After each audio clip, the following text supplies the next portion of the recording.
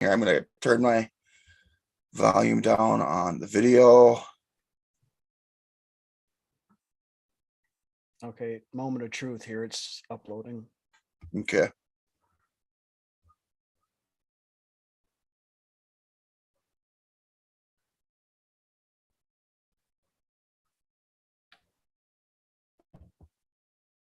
Okay, I'm muted. Okay. Can you guys, whoops. Can you guys hear us and see us out there?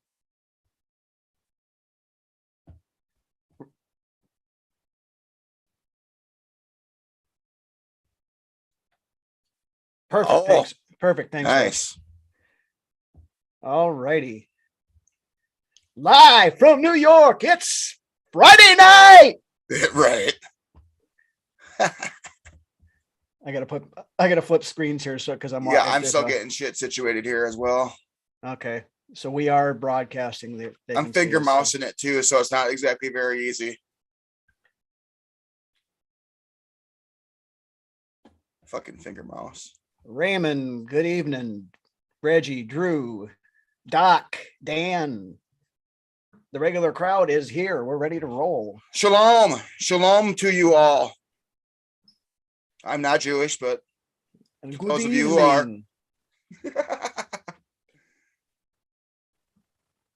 All righty.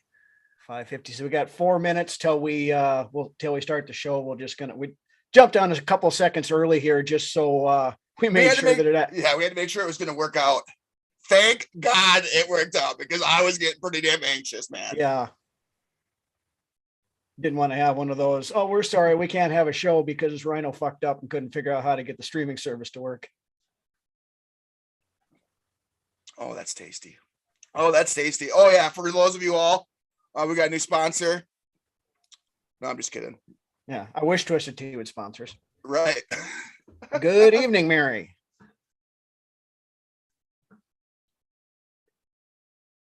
Okay, 3 minutes to go.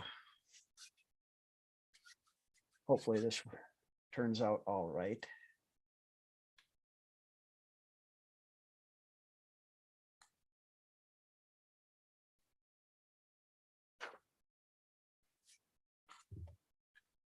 Notes are up. What's on the agenda? We're going to do a little GM talking, go over some of the latest news, kind of see where we're at with the head coaching stuff. Lance is froze up. I guess I'm going solo till he gets his ass back in here again. He was good. Yeah, Reggie, I don't want Bieniemy, and I don't want Doug Peterson. I didn't want Dan Quinn, but he's staying in Dallas, so that's fine by me. I'm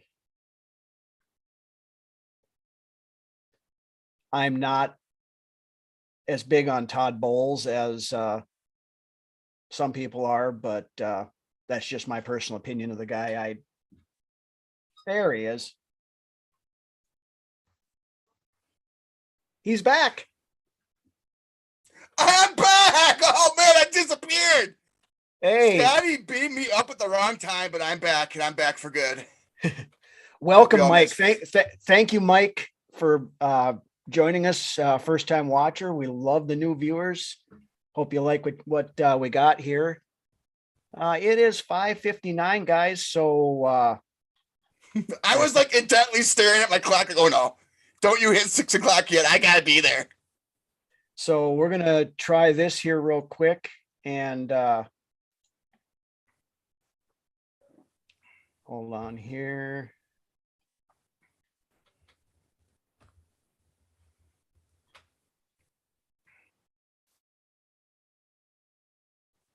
I trimmed the beard this week, guys.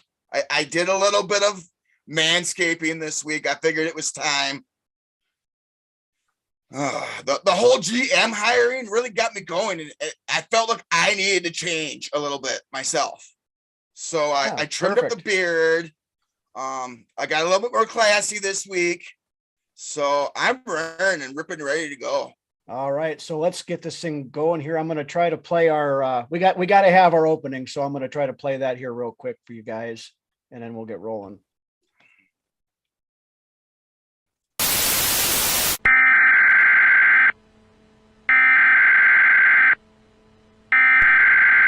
We interrupt our program to bring you this important message.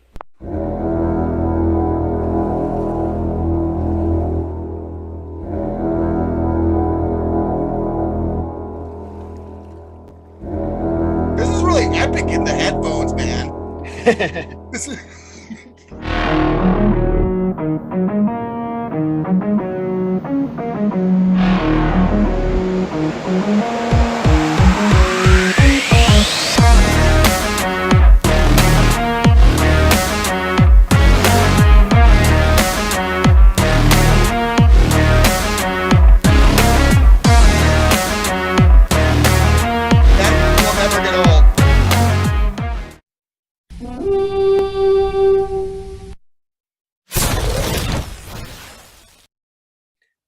Welcome everybody to episode 45 of Vikings Uncensored. Staring down not only episode 45, but our first live broadcast of the in the history of Vikings Uncensored. So I want to thank everybody for joining us as we might have a few bugs to work out here, but we'll play it by ear and hopefully everything works. So kind of wanted to do a live show this week, just because of all the GM news and everything that was kind of rolling around. We didn't want to miss out on anything important.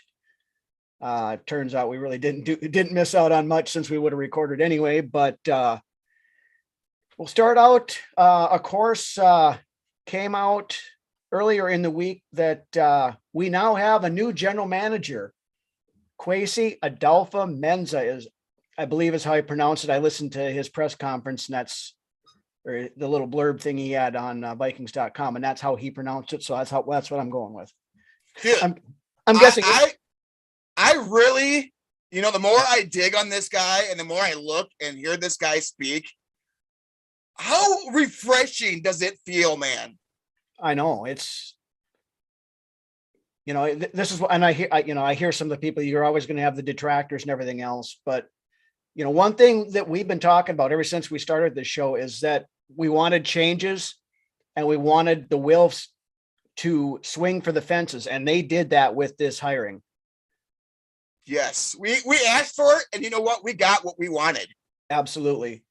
It's either going to be an amazing success, or it could be a epic train wreck, but either way, it's going to be interesting. So I'm feeling good about it. Like you said, Lance, the more I learn about this guy, the more I like. We got a few things we'll dive through into his background here in a little bit. Right. His press conference. Yeah, Doc, his press conference was excellent. He's saying all the right things, and it's great. Oh, absolutely.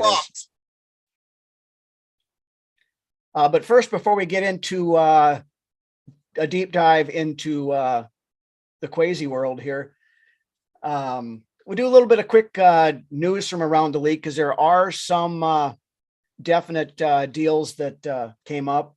One of the biggest ones, New Orleans Saints head coach and first-rate jackass Sean Payton informed the team earlier this week that he will not return next year. For his character, does this really surprise you? Things start to look a little bit bleak. He loses Drew Brees. He's like, you know what? Fuck it. I quit. Yeah, I quit. There's $60 million over the cap this year. So it's a train wreck. It's like, I don't want to have to deal with this. Fuck it. I'm out. We win. Oh shit. We lost. Yeah. But I'm going to say this once. The next person I see on social media that comes out and says, let's go hire Sean Payton, I'm going to reach through their cell phone and smack them in the face. I can't take those fans seriously, man. I can't take those guys seriously. They got to be trolling. They cannot be serious with that crap. No, it's the familiar name syndrome, and some of them don't remember or don't care about the Bounty Gate stuff. Sean Payton's a piece of shit. But we do mean that in the nicest way possible. Oh yeah. Oh. Other news, of course, our other finalist for the general manager job, Ryan Poles, accepted a job with the Chicago Bears basically on Monday, Tuesday. So that pulled that out of there. And then, of course, then they hired defensive coordinator Matt Eberflus from Indianapolis over there. So Eberflus, yeah. Eberflus. But they fired Ryan and Matt just to rehire another Ryan and Matt. So right now they gotta get Matt Ryan from the Falcons. Yeah. Woohoo!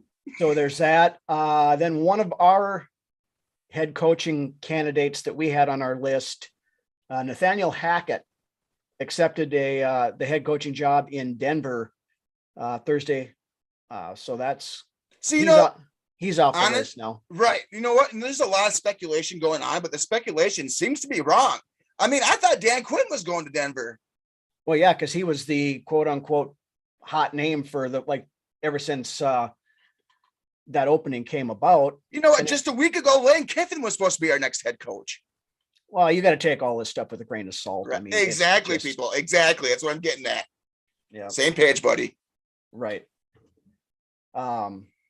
Yeah, I see you guys talking in the comments there. That is the one rumor that's coming with after the Adofo-Mensah hire is that Catherine Raish may be in line, or is at least being considered for the assistant general manager position. Okay. So this is what I was told on that. I was told that somebody on the inside was asked about that, and they shut it down right away. Mm-hmm. That's what I heard that it was shut down right away. That's not going to happen. But I don't know. But that's what I was told in the rumors and the grapevine, whatever you want to call it. I heard that was shut down right away when they were. I heard that too, but you never believe in anything like that, especially at this time of the year. Yep, everything is reckless speculation, as Score North likes to say. Yeah. Anyway, the other one, Ben Roethlisberger, also on Thursday, announced his retirement. So, he's riding off into the sunset, which gives us another maybe potential opening for a certain quarterback to go to. But with that, we're going to move into some of the background on our new general manager, Kwesi Adofo-Mensah. He's 40 years old. His name literally translates to born on a Sunday, which is a good omen because as we know, most of our football games are played on a Sunday. So, that's an interesting little tidbit. I don't know if it means anything, but he is a native of Cherry Hill, New Jersey. So he's kind of got a Jersey connection with the Wilfs, which there again. Yeah. Went to Princeton and got a bachelor's degree in economics, and then went on to Stanford and got his master's in economics. Hey, Eric, glad you can make it in, Eric. Glad to see you guys. Nice to see all you. This kid is a smart kid. He is, I've heard the word prodigy thrown out there for this guy. Everybody that you talk to has nothing but great things to say about him. I know John Lynch had a big thing that somebody asked him about him here yesterday or day before, whatever it was, and he gave a really glowing review. Everybody out of Cleveland has nothing but good things to say about him. Dan, as far as Byron Leftwich, he had an interview with the Saints coming up. It's down. I think it's down to between the Saints and Jacksonville for him. See, there again, everybody thought it was a clear-cut deal with Jacksonville and Leftwich, but I mean, Jacksonville is looking at other options too. So I mean, we'll see. Well, it's a type of thing. And to be fair on that, the New Orleans job wasn't open when everybody was saying it was a done deal, and But some more on Adofo-Mensah here. From 2013 to 2019, he worked at the 49ers as head of R&D, which is what he likes to call the analytics. Apparently the analytics people don't like calling it analytics. It's research. Not D&D guys, not Dungeons and Dragons. Yeah. We're not playing that. We're not playing that on here. Right. Research and development. Right. He was then in 2020, he moved over to Cleveland and hired as the VP of football operations. Gary Coleman. He was also listed up at the top of the Athletic had their 40 under 40 for people in the sporting world. And he was right up at the top of the list on that. So, like I said, I think we got a good one here. So, you know what? I remember the day that Pulse got hired, and a lot of us Vikings fans, me included, my stomach kind of dropped a little bit. I was like, oh no. I was like, we just missed out on Ryan, we just missed out on Pulse. But I'll tell you what, like I said earlier in the episode, the more I see Kwesi and the more he speaks, the more I like the guy. And I think, honestly, he was the Wilfs guy all along. Yep. I think so too. And what's his name? The CEO. I can't think of his name off the top of my head right now, but he's got an analytics background, came from baseball. So Kwesi was his top choice. And I think, so that he had a lot of say in that too, I think. But there was a quote that I saw that I thought was, I liked it. And it's a real strong departure from what we have had here before. He said, hope is not a strategy. He said, there are a lot of things that can occur in the future, and it's our job and obligation to study them, understand the risks, and choose a course of action that will put us in a good situation no matter what happens. I love it. Hope is not a strategy. I love it. That is fantastic. You would never hear those words ever come out of Rick Spielman's mouth. Hope was the pillar of Rick Spielman's strategy. Yeah. Hope is all we had with Spielman, man. Yeah. That was the thing that if we hover around that 6 to 7 seed, and if we get lucky, then we get into playoffs. Then if we get lucky, we can do this. If we get lucky, we can do that. We all know that this franchise is never lucky. We have never been lucky. Andrew Miller. Hey, put it this way. We've tried to be lucky for way too fucking long around here. Oh, absolutely. Let's get it right. And that's the thing, we've tried the inside the box stuff and the traditional thing for 60 years now. And it hasn't worked. We still haven't got that nice Lombardi trophy put in the trophy case. So we're going to shoot outside the box. We wanted the whole, not afraid to swing for the fences, go big or go home kind of thing. And the Wilfs did all that with Kwesi here. So, or Kwesi. Cam.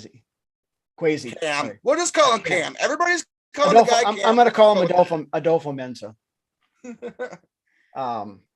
But now that the GM is in place, now all the focus goes over to finding us a head coach. Yep. Oh, I'm going to stop you there for 1 second and address the guys here in the comments. Yep. You are exactly right, Drew. 1998. I could say the same thing. It's been that long since I have been excited about this team. Yeah, I would. I gotta say, Brett Favre here, he got playing too a little bit as well. Yeah, I would say the 09 year with Favre. That was a fun year. Again, until we got to the end, and I want every year to be a fun year. Oh, right. And why can't every year be a fun year? Exactly. There is no rule that says we have to just be middle of the road. Oh, hey, every 5 or 6 years we'll jump. Oh, hey, we might make it to the NFC title game, or we'll win a playoff game, and then we're going to go back to the. What? You know what I want?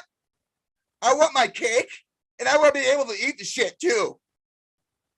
Absolutely. Who doesn't like cake? Exactly. I like cake. Everybody likes cake. With purple and gold frosting. Yeah. And a big trophy right in the middle of it. Hey, I was thinking it. I was just waiting for you to say it. So anyway, we'll move on with to the coaching stuff here. As we mentioned earlier, Dan Quinn has withdrawn his name from consideration and is going back to Dallas to be defensive coordinator again. Because everybody just wants him so much and he can't make up his mind where to go. He's like, oh, I can't think of where I want to go. I'll just stay at Dallas. I'll stay in Dallas. Yeah. I'll be just as much demand next year. I'm good. Well, I honestly think he was sure he was going to get the Denver job. And then when he didn't get that, he decided, screw it. I'm just going to stay where I'm at then. Don't worry, Dan. A lot of people were sure that you're getting that job too. Yeah. Doc, I would agree. I'll take pie over cake any day. Oh man. Pecan pie.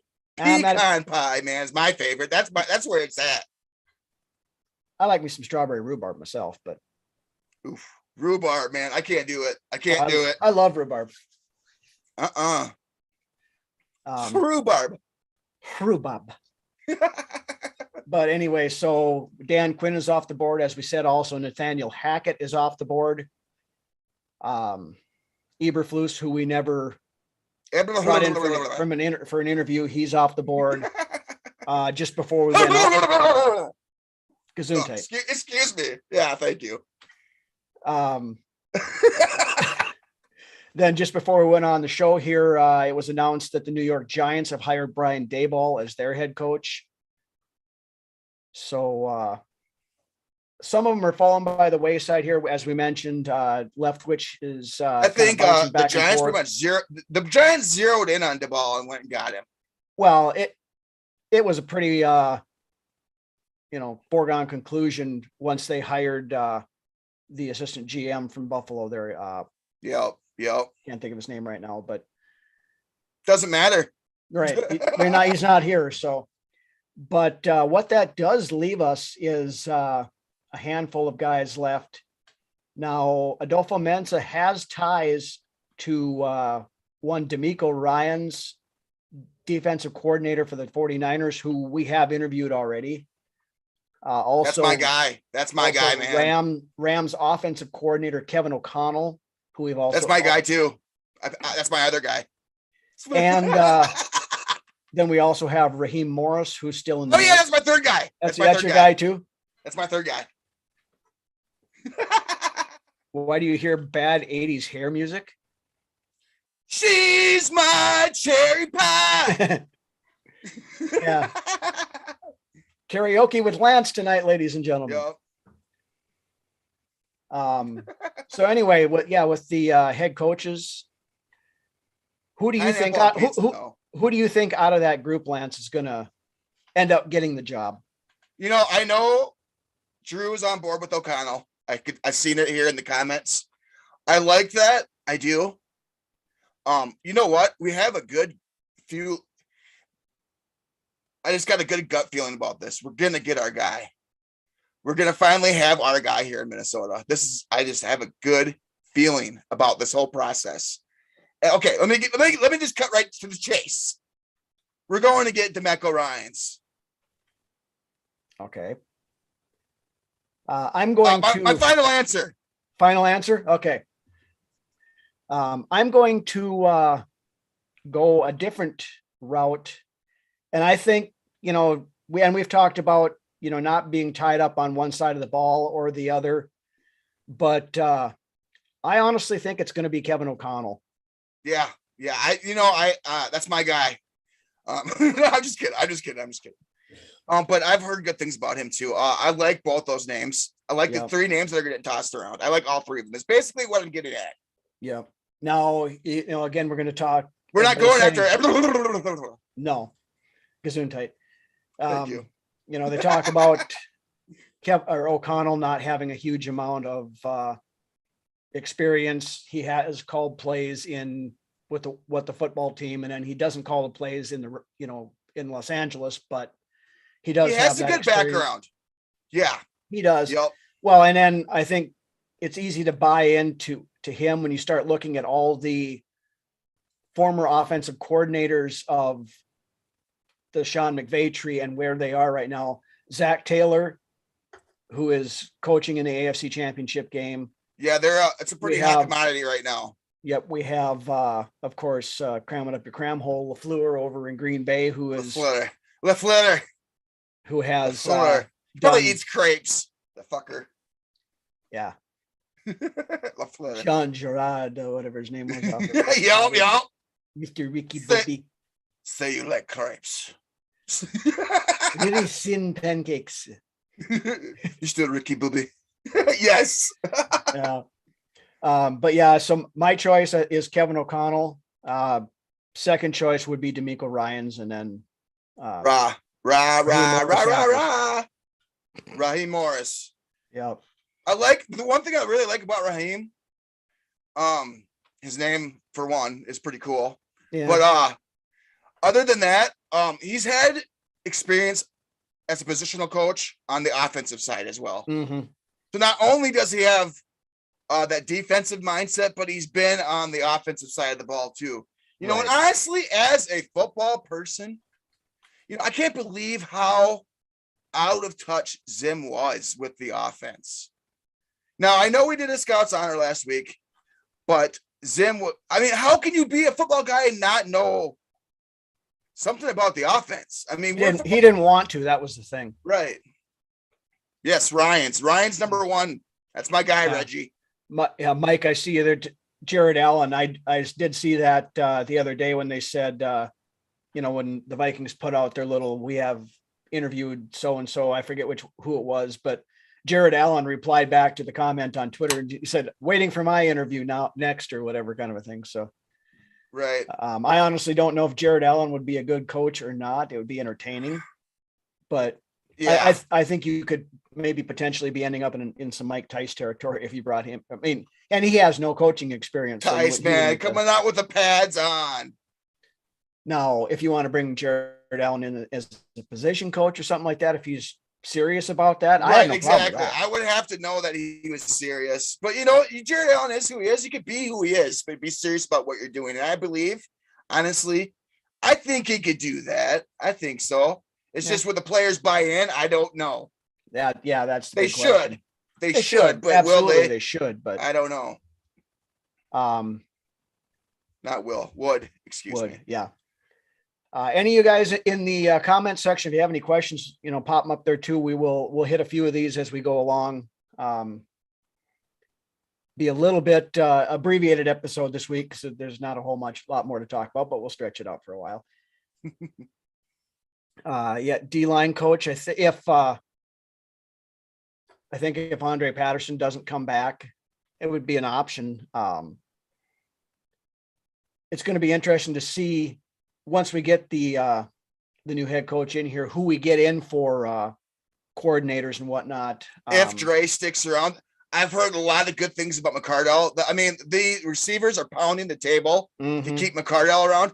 Honestly, my opinion, give the dude a look at OC. I believe if we aren't bringing somebody in, if we're going to elevate somebody from our own staff, you know, McCardell came in. He's not like he's been here for 6 years, but we know who he is, obviously. Right. I say give the dude a look at OC if he's willing, if that's what he wants. You know, if he wants that type of deal. And the way I look at it with McCardell being an OC, I don't want to get into another offensive coordinator who has never called plays. We just got rid. Well, technically he's still on staff, but we don't need another episode of Clint in his coloring book. So now if we brought in like a Kevin O'Connell, who's probably going to call the plays himself, and then would that be a lateral move? Bringing in O'Connell? No, I'm talking if O'Connell's the head coach. Okay. Gotcha. If he's the head coach, then, you know, McCardell as offensive coordinator maybe makes some more sense because he wouldn't be calling the plays, but he would be involved in the, you know, that kind of stuff. How about some Fangio on defense? Oh, I'm 100% in on Vic Fangio. You know, we're doing change here. Why not change? We have never seen our defense run like, 3-4, right? Yeah. He runs a 3-4. And I was talking to somebody the other day and they were talking, well, we're going to have to change up a lot of stuff on it. Half of our defense was on 1-year deals this year anyway. So it's. Speaking of which, speaking of the roster, Rhino, and I'm sure you have this wrote down. There's going to be some cuts that are going to get made that a lot of these fans are not going to agree with. Yeah, that's who's on the board for you? Who's up to be cut in your opinion? I mean, it's the usual suspects. There are 8 or 9 players that are taking up 46% of the salary cap, which includes Kirk Cousins, Danielle Hunter, Eric Kendricks, Adam Thielen, Michael Pierce, and Harrison Smith. Did you mention Dalvin Cook on there? And Dalvin Cook also is another one. And there's a couple other ones that are way up there in salary too, and I forget who they are off the top of my head. But that's, the first order of business once the coaching staff and stuff is in place is Adofo-Mensah is going to have some hard decisions to make. Yeah. What do you think when Adofo-Mensah looks at Kirk? What do you think comes across his brain? Do you think he's looking to get what he can and start with something new, or do you think he's waiting for the head coach to come in and see you go there? Well, I think that'll be part of it. They keep talking about being the collaborative effort and everything else, and everybody having a voice and that kind of stuff. So I love it. I love that. That's what I love about Mensah. He wants to be collaborative. Is a big word I'm hearing getting thrown around. Mm-hmm. And there again a sharp departure from Rick and Mike, who allegedly didn't talk to each other for several months toward the end of their. Dan, I think you're probably right on that. Is a lot of these guys, we need to see if we can move them, because right now we're $12 million over the cap. Just doing some quick figuring, we got to clear up 12 just to get at the cap.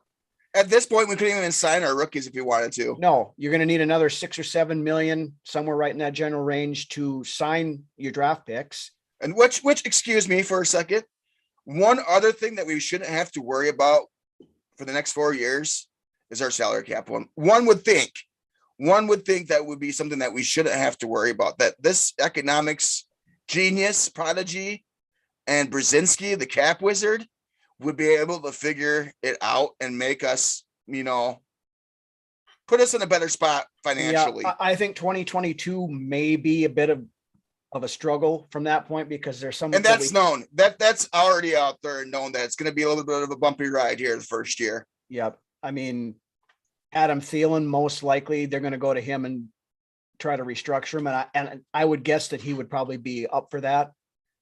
I agree. So you're going to clear some money there. Anthony Barr, his contract's voided out, so he'll be gone. Harrison Smith, I think, is a prime suspect to be traded. I know we just signed him to that extension. Do you think he would restructure? He might. But there again, do you think Mensah will even offer a restructure, or will he just and that's the thing, there's a lot of the fans are going to be sitting here looking at this list. Well, we can't cut Harrison Smith. We can't cut or get rid of Adam Thielen. We can't get rid of Dalvin Cook or whoever. For those of you fans that feel that way, get your Kleenexes ready, because some things are going to happen that you're not going to like. Yeah. But let's hope it's for the bigger picture, on it. That's right. what I'm trying to look at here. That's what we always hear. Vikings Uncensored are always trying to look at is the bigger picture. Yep. And honestly, as on the Kirk Cousins situation, I know this is a hot button issue, and you can't say the words Kirk Cousins without one side or the other jumping on you and on a full scale frontal attack. But this came out earlier this week also, after Adofo-Mensah had gotten the job here.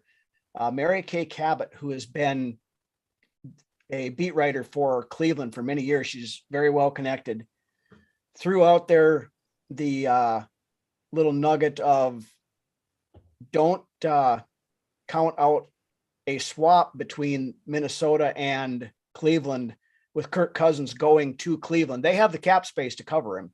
Right. And then we would probably take Baker Mayfield back Now Baker's only got 1 year left on his deal for like $18 million. Sometimes, in my opinion, I like Baker. I like him as a person. You know what I mean? I know.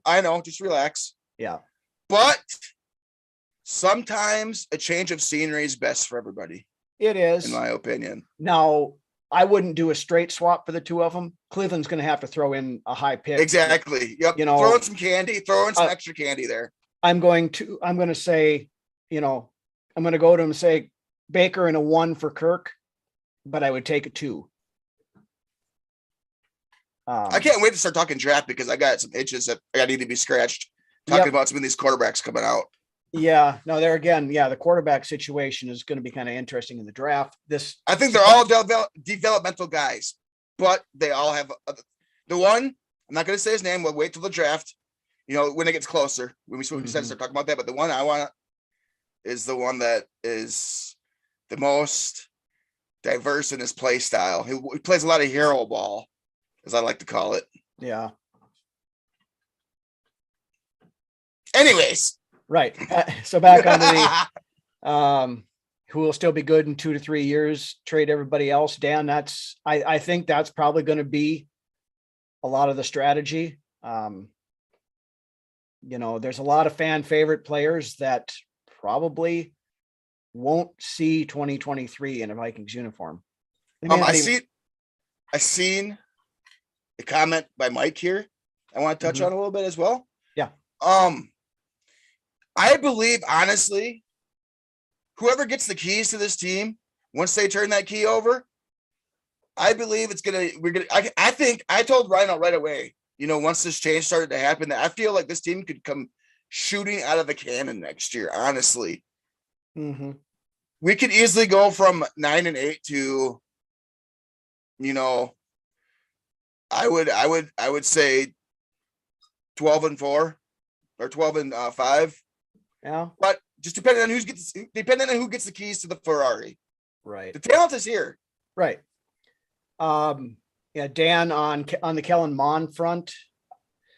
Honestly, I don't want to put all my eggs in the Kellen Mond basket because the way everything is looking and the way everything's coming out, Zimmer's staff did nothing to develop that kid all year long. They just put him on the scout team and just told him to shut up and stay in the corner, basically. So realistically, it was like a redshirt year. So whoever comes in as quarterback coach, offensive coordinator, whatever, is basically going to have to start from ground zero with Mond, I'm afraid. I believe so too. You know what? This season was pretty damn embarrassing to be a Vikings fan. It was embarrassing. When you are a lifer like us, and you watch this team, and you watch the leadership, especially this last year, how fucking embarrassing. It's bad when you're comparing the guys that are supposed to be leading you to running a circus. Yeah. Well, and if you've noticed, a couple of times now, Rick Spielman is coming out and he's not really pulling any punches. He's being diplomatic about it, but he's pointing the finger at a certain coach who we promised we wouldn't talk about anymore quite a bit. But now, of course, that's Rick trying to cover his ass, make himself look good. And he wasn't part of the problem, which he was, and which is why he's not here anymore. It's a new day. Absolutely, it is. What else we got coming in the comments section here? One more thing on just to kind of tie a bow on the Baker Mayfield thing for right now.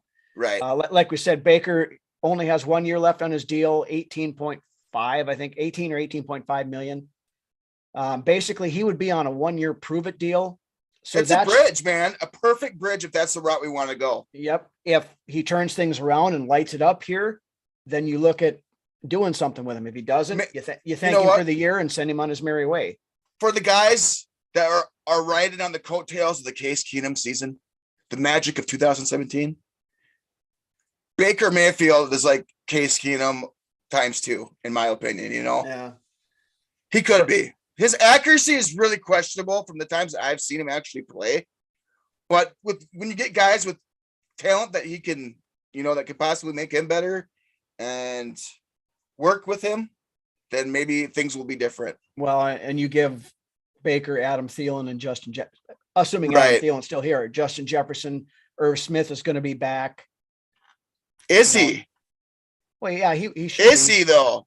Well, I don't know why he wouldn't be if he provided the injury is. I know why. I'll tell you a couple reasons. Just the same reason why Danielle Hunter might not be here next year too.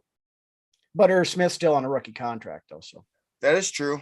That is true. But if he's worth something, if somebody's willing to give up a little bit of something as in draft capita, you give it some thought.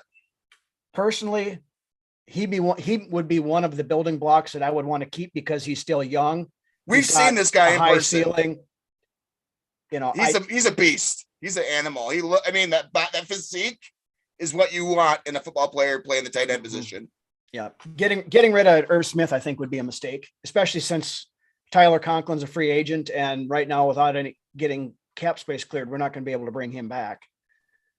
Wakanda forever.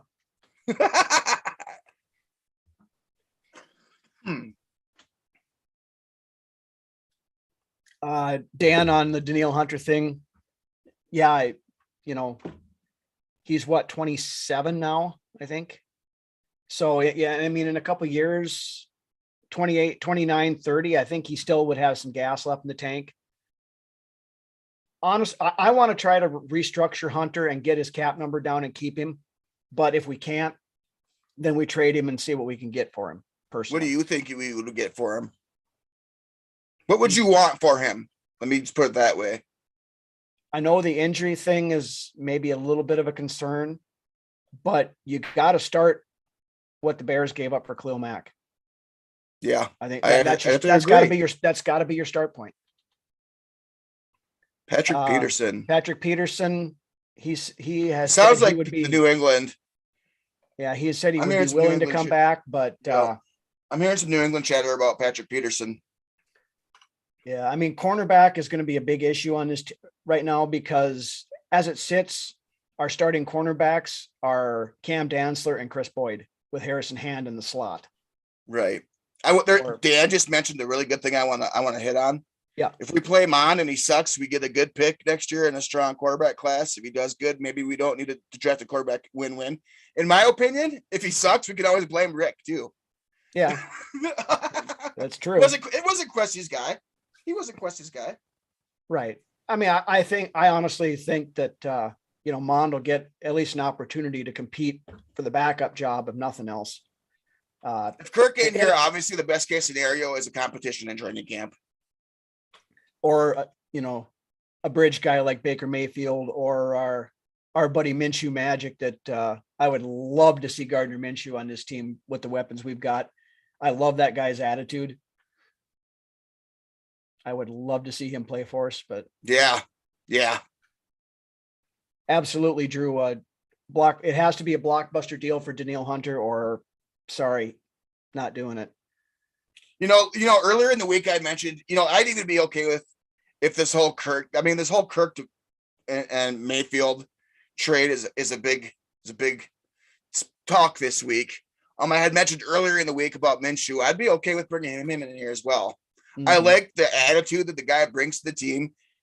He's the kind of guy that a team will play their hearts out for because they'll love the guy. Yeah. He's got that swagger. He's got that attitude. He's got a lot of that it factor stuff that Kirk doesn't have. I mean, right. Let's not have an argument here. Kirk is by far a more talented quarterback, but Kirk does not have the intangibles that, you can get by being a less talented quarterback if you have some of those intangibles and the it factor or whatever you want to call it, that, somebody that's more talented that isn't wired that way, and that's not a fault of Kirk. It's just the way he is. And another thing is that a lot of these guys that are younger that we didn't get to see play, they're going to get honest looks. Well, yeah. Like training camp. We hopefully will get confirmation that Wyatt Davis actually is a real person. Right. Exactly. I'm so sick and tired of having these wasted roster spots where Zim ain't ever going to play the guy. Right. Why even waste the roster spot then? Because you got to have 53 guys on the roster. I don't know. Right. Exactly. But it was the same thing with Chaz Surratt. It was the same thing with not playing Mond at the end of the season. It was. Could you imagine having DeMeco Ryans in here with a 3-4 defense, and you got Chaz Surratt, Blake Lynch, Eric Kendricks, possibly somebody you get in the draft, or you re-signed Vigil. Yeah, if DeMeco Ryans is the head coach, I don't know that we switch to the 3-4. I would say it would be a system more similar to what San Francisco has. Yeah, okay. Now, would DeMeco Ryans call defensive plays? I don't know. What position would we address? I don't know. The first 2 rounds of the draft. What do you think the top 2 positions are? Drew asked the question here. Top 2 positions. Man, I like that center out of Iowa.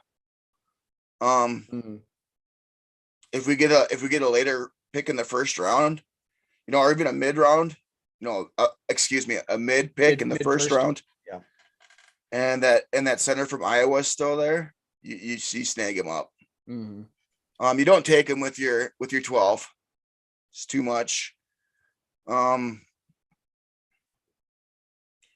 I would give Malik a really good look if you're looking to get a developmental guy. I think 12 is way too high for Malik Willis.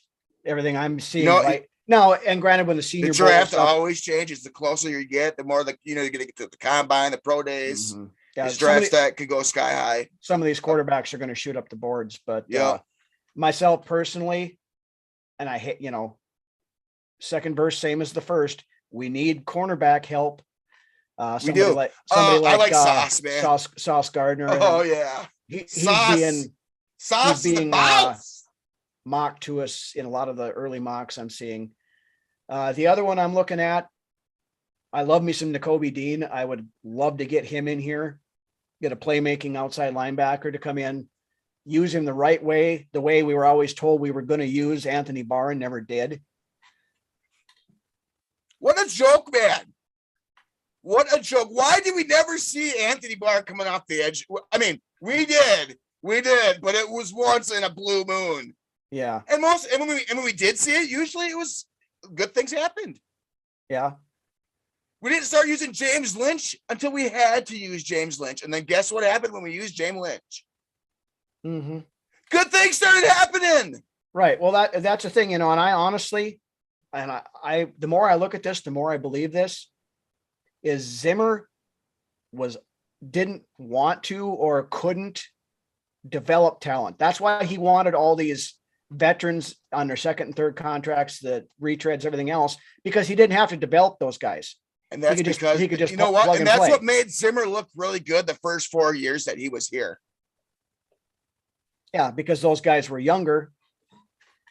But you gotta put your when it comes to building a team and being a coach, especially in the league like the NFL, you have to put your personal feelings aside. Mm-hmm. Reggie, I don't think Zim could do that. No, Reggie, absolutely. I think if Malik Willis is still floating around there at the top of the second round, I would strongly consider moving up to get him. Yes.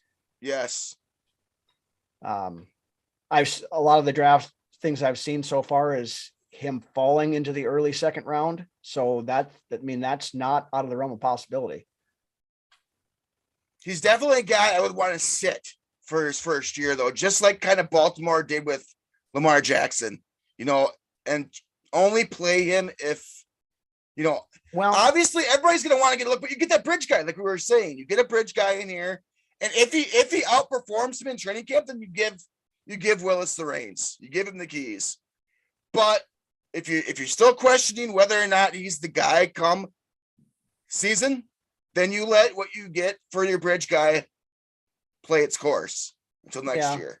But I mean, if we're, it all depends on how the rest of the team gets constructed up. If we think we can compete in 22, which the jury's out on whether or not we will or not, maybe you let him play.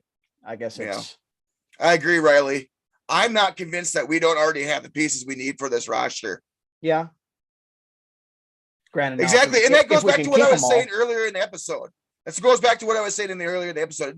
It depends on who we give the keys. It's how he decides to use these pieces. The chess pieces are here. How is he going to play them? Right. So yeah, I mean, it's going to be interesting. Now, a lot more of this stuff will start coming into focus a little bit more, I would think here. Well, the league year starts in what, about a month and a half? Yeah. I think it's mid-March. So once the head coach and stuff is in here, then you're going to start hearing those rumblings heat up a little bit more on some of these guys that we may be trading, or, you know, the deals are going to start getting done for restructures and things like that, because we got to get the cap space down by the start of the league year. Otherwise, we're in big trouble. So, Right. we got anything else from anybody in the comments section? Lindebaum go top 10. I think top 10 is pretty high for a center to go. It's possible he could. I guess most places I've seen him pegged is in that 15 to 20 range, which is about, I would guess, is about right.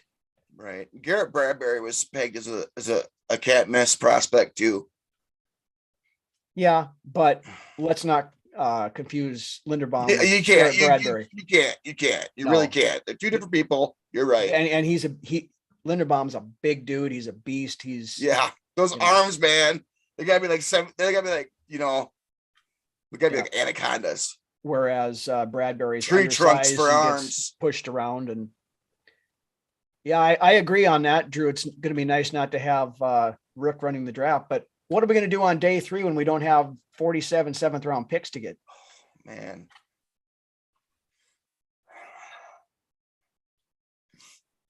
Yeah, it's Rick never realized his goal of having every 7th round pick. Well, it's sad. Never say never. He might somewhere else. Yeah, he could go someplace else and do it, I suppose. Yeah. But anyway, I think with that, we are going to move over to we're going to pick and prognosticate like we normally do, being we have oh, that's right. There's still football being played. Yeah, we got we're AFC. Not there. We almost forgot about the AFC and NFC championship games. Yeah, we're not there though. So, but anyways, we will still feed you guys our gracious picks and prognostications. Right. First thing to say about any of that for going on to championship weekend, suck at Green Bay. Man, that was great. If there isn't one thing I enjoy better than watching us win, it's watching Green Bay lose, and just lose in incredibly embarrassing fashion. Mm-hmm. That home field advantage, man. You're gonna let San Francisco come from the Bay and beat you in Green Bay? Come on, man. Well, what did we say about San Francisco before the season started? I know. Watch out for that defense. Yep. So yeah, speaking of San Francisco, the first game, I forget which game is first, which is second, but the first one we'll talk about here is the battle of the future Vikings head coaches. Potentially. We have San Francisco facing Los Angeles Rams. Of course, on the San Francisco side, we have D'Amico Ryans. And on the Rams side, we have Kevin O'Connell and we have Raheem Morris. What do you see happening in this game, Lance? Well, it's going to be defensive. You know, I mean, granted, LA can put up a lot of points. But San Francisco, man, that defense, it's nasty. And San Francisco has beat the Rams twice this year already. But it's hard to beat teams 3 times in a row in this league. It is. You know what? Green beans. Green beans. That team from Wisconsin beat us twice one year, and this is when Randy Moss let his hair get wild. And I believe it's a bad moon rising as well. Yeah. It's a disgusting act by Randy Moss. Yeah, we ended up winning that one, and we had gotten beat twice by those guys that year. Yeah. So who you picking? I'm gonna go San Francisco. They're hot right now. I mean, I would love for Stafford to get that moment, and prove everybody, hey, this is the quarterback I was when I came into the league, but I was playing for Detroit. Yeah. You know what I mean? So I would love for Stafford to have that moment, but I'm gonna go with San Francisco. Earlier on, I had picked the Super Bowl being Buffalo and the Rams. Well, Buffalo being out, I'm still gonna go with the Rams on here. again, that whole, beating a team 3 times in 1 year thing. The Rams should have won that last game against San Francisco, but they blew a big lead. I think Stafford gets to go to his first Super Bowl, and I think they're going to pull it out. It's probably going to be a fairly high scoring on the Rams side. If you start getting into a shootout, that's what the Rams want it to be. Yeah, that's what the Rams want it to be. Because Garoppolo can't put up a lot of points. Yeah. Garoppolo ain't gonna Mahomes it out there. No, they're going to try to run the ball. They're going to use Deebo Samuel in probably 9 of the 11 positions out on the field. But I think the Rams get off the schneid against the Niners this time, and I think the Rams make it.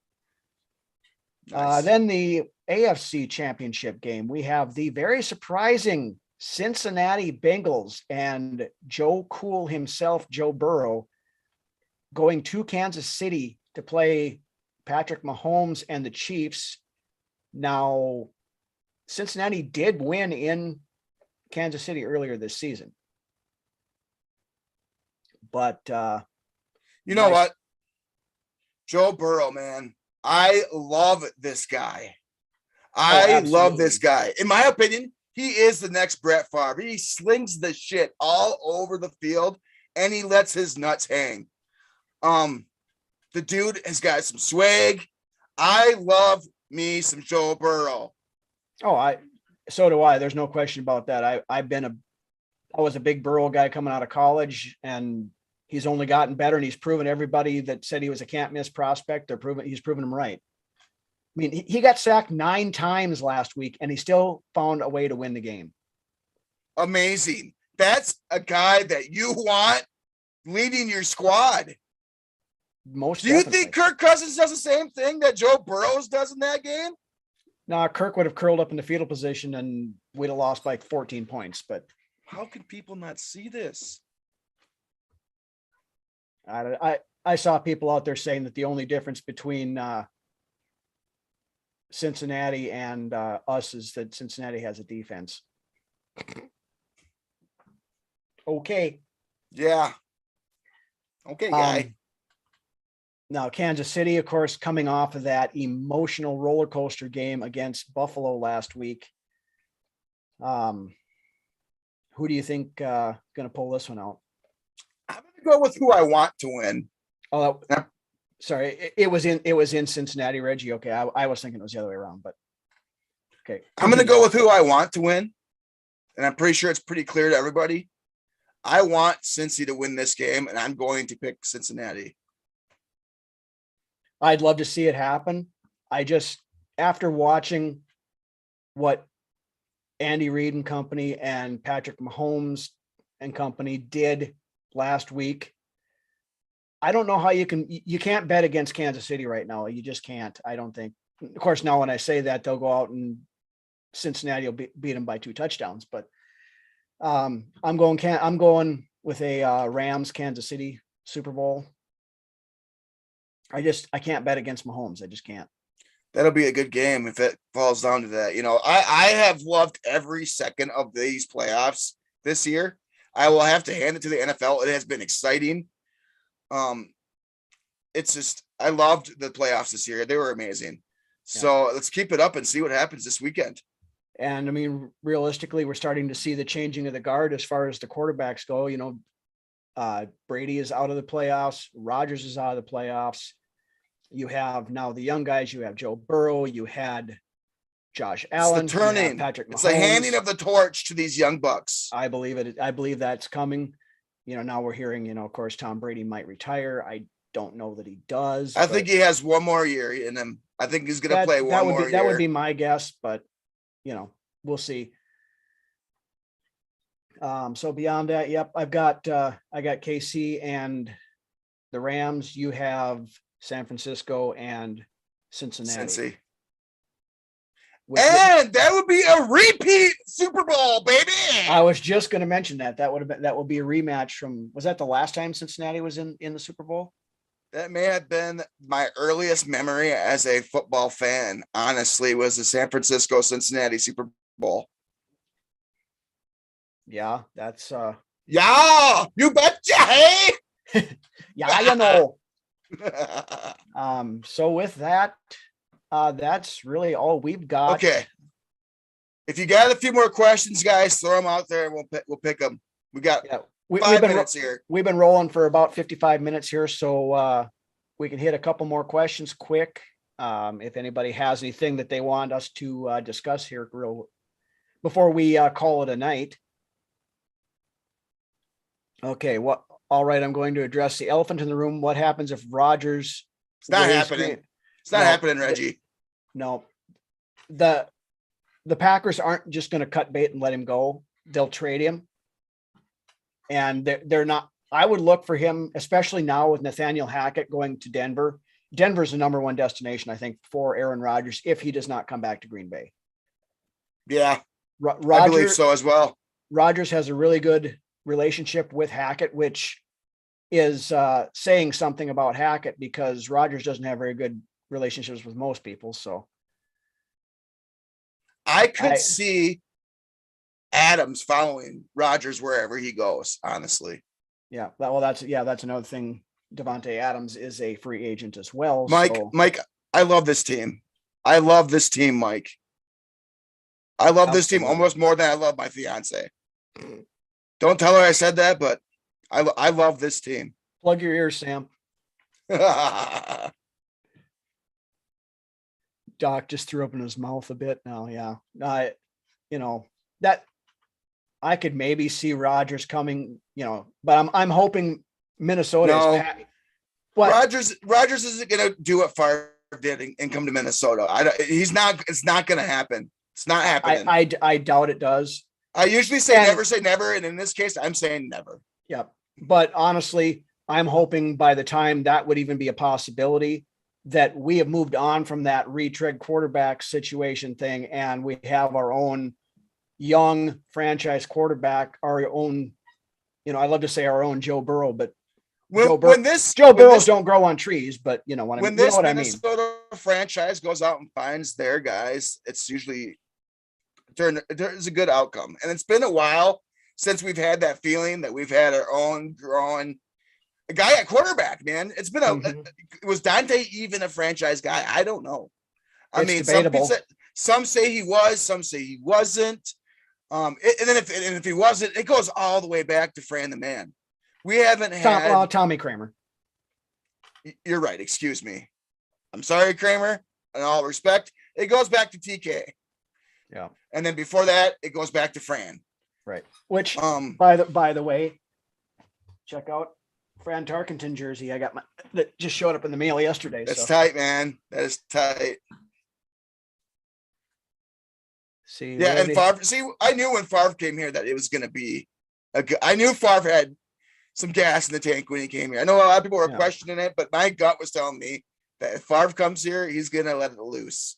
And that's what happened that year. Well, and the thing with Brett Favre, even though, he played with Green Bay for that many years, even though when he was on the other side, I always respected him because I loved the way Favre played the game of football. You know what? I respected him as well. He was frustrating, just like Rodgers frustrates me, but Favre was even more frustrating in my opinion. The thing about Favre that I really liked is that he made his team better. Yeah. He could play with a bunch of no-name receivers, and he would make those guys better. And I mean that in all due respect to those Green Bay receivers. And I mean, they had some decent receivers. Yes. Were they better because of Favre? Maybe. I agree. Yes, I think so. Because Favre would let it rip. Yep. And he was exciting to watch, whether you were a Packers fan or hated the Packers. Favre was always fun to watch. It was no secret to anybody that the guy was having fun out there. Mm-hmm. And I loved it. Yeah. So, and in the 2009 year, I knew that was going to be a fun year when we had that against San Francisco. Interestingly enough, the Greg Lewis catch in the end zone. It's Greg Lewis. Yeah. Hey, when you edit anyway. this, throw in the clip of Paul Allen. Oh, that's right. You're not going to edit this because we're live right now. Yeah, we're not adding any of the jump ins this week because we're live. But with that, we've been going for an hour here, guys. I got one thing. I want to hit on. It's something that Proto just said.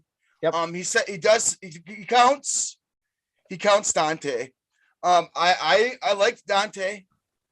Don't get me wrong. I loved getting my roll on. I did. Yeah, there you go, bud. But I'm gonna say this: once he lost the talent that was around him, he crumbled. Yeah. His knee exploded. Well, yeah, once Moss was gone, then once Moss was gone and Carter retired, and he got his ass whipped 41-0 in the NFC Championship game. That's when Culpepper's career kind of started on its downward projection. Yeah. But with that, Rhino.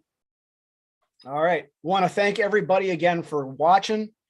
If you like what you saw, if you haven't subscribed to the channel yet, I know we got some new people in here tonight, and we really appreciate you guys coming check us out. Man, you guys will love it. Hit that subscribe button down there. Helps us out a ton. We're always great, Mike. My heart always jumped a little bit when Cunningham reached back and let her fly. Yeah. My heart was always like, "Oh, it's going to Moss, man." Yep. But again, thank everybody for watching. Thank you for helping us get through our first live episode. We promise we'll do better next time. It was kind of a trial and error. We'll go back and watch the tape. Yeah. It's a teachable moment type thing. Frazier. But with that, why don't you take us out of here, Lance? Thanks again, guys, man. This first live episode, when me and Rhino usually record, I have a feeling after the episode, how I feel, how it went. Well, tonight, I felt like it went really good.